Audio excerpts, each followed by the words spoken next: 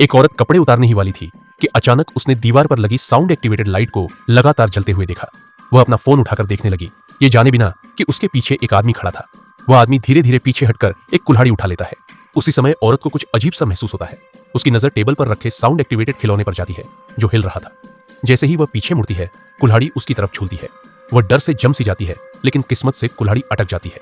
मौका पाकर वह कूद कर भागती है और एक कमरे में जाकर दरवाजा बंद कर देती है। वह दरवाजे के पीछे मेज खिसकाकर अड्डा देती है। डरी सहमी वह कोने में बैठ जाती है और टेबल पर रखी लाइट को जलते हुए देखती है।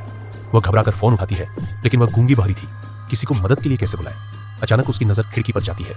वह खिड़की खोलती है, लेकिन नीचे जमीन बहुत दूर थी। तभी टेबल पर रखी लाइट बंद हो जाती है। वह धीरे धीरे दरवाजे की तरफ जाती है और कान लगाकर सुनने लगती है कि आदमी चला गया या नहीं। लेकिन अगले ही पल दरवाजा टूटकर बिखर जाता है। आदमी अंदर घुस रहा था। सोचने का वक्त न था। वह खिड़की पर चढ़कर कूदने लगती है, तभी आदमी उसका बाल पकड़ लेता है। वह पूरी ताकत से छटपटाती है पर अपनी नाखून उसकी बाह में गड़ा देती है। आदमी दर्द से चिल्लाकर उसे छोड़ देता है और वह नीचे गिर जाती है। किस्मत से वह सुरक्षित गिरती है, लेकिन जैसे ही संभलती है, ऊपर से कुल्हाड़ी उसकी तरफ फेंकी जाती है। वह लुढ़क कर बच जाती है और दर्द को अनदेखा करके दौड़ पड़ती है। वह तेजी से एक भीड़भाड़ वाली जगह की ओर भागती है, किसी से मदद मांगने के लिए, लेकिन कोई उसकी इशारों की भाषा नहीं समझता। कुछ तो उसे पागल समझ लेते हैं। वह पीछे मुड़कर देखती है, आदमी उसका पीछा कर रहा था। मजबूर होकर वह एक छोटा चाकू हवा में लहराती है ताकि लोग ध्यान दें।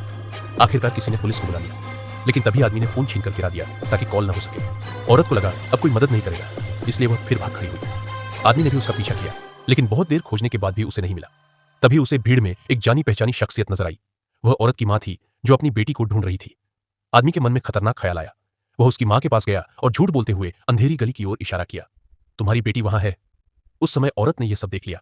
वह डर गई कि अगर उसकी मां ने यकीन किया तो वह मुसीबत में पड़ जाएगी। हिम्मत जुटाकर उसने चाकू कसकर पकड़ा और आदमी पर झपटी। फिर उसने पूरी ताकत से चाकू खुद को भोंक दिया।